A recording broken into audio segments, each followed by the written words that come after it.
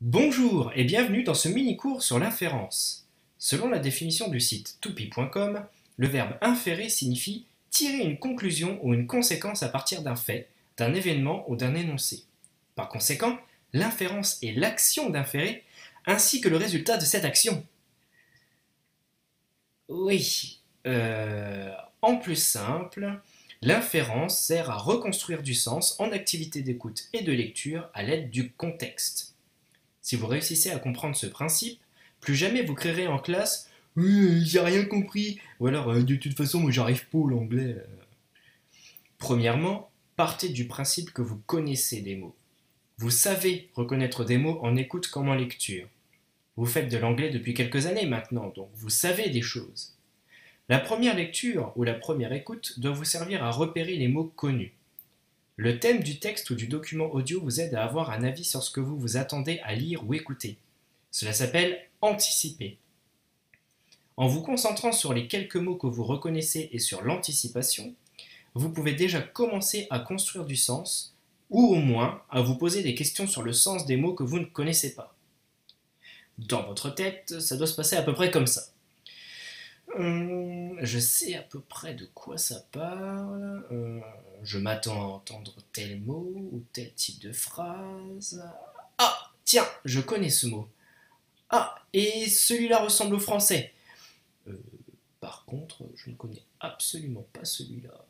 Mais bon, avec tout ce que j'ai pu reconnaître, je peux quand même déduire le sens de ce mot que je ne connais pas.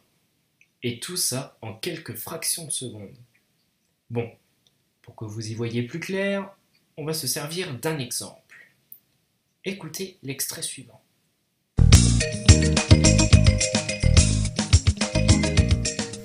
They say it's the most important meal of the day. So for this week's podcasts on English.com, we're talking about breakfast.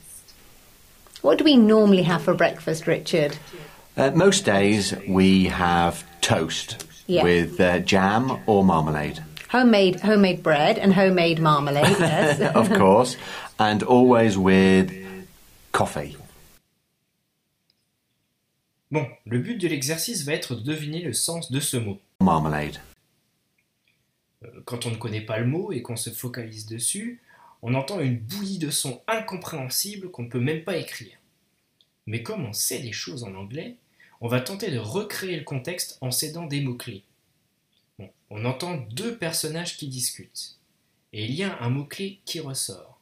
They say it's the most important meal of the day. So for this week's podcasts on English.com, we're talking about breakfast.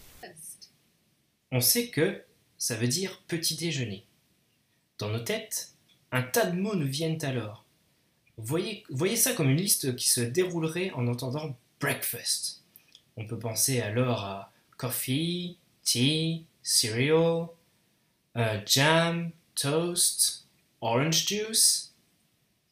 Bon, vérifions ce qu'on entend effectivement dans le document.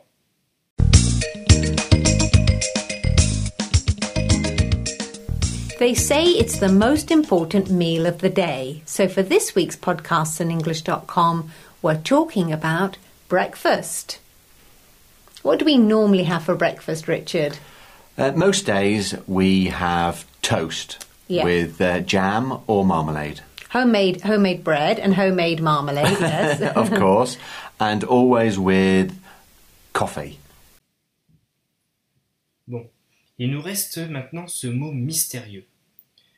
Le contexte est posé, on sait de quoi ça parle. On a entendu les mots toast et jam. Jam, c'est de la confiture. On entend un mot qui commence par un m et qui pourrait vaguement ressembler à marmelade, mais dit avec un accent anglais. Mais c'est notre mot, marmalade.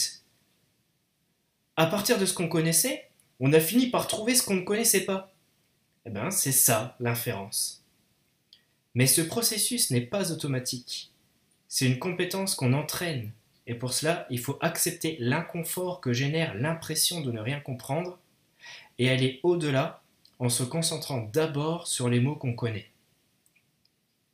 Voilà. Merci d'avoir regardé cette vidéo. Si vous avez des questions ou des suggestions pour plus de vidéos explicatives sur des points de méthode ou de grammaire, vous pouvez laisser un commentaire, je me ferai plaisir d'y répondre. À bientôt!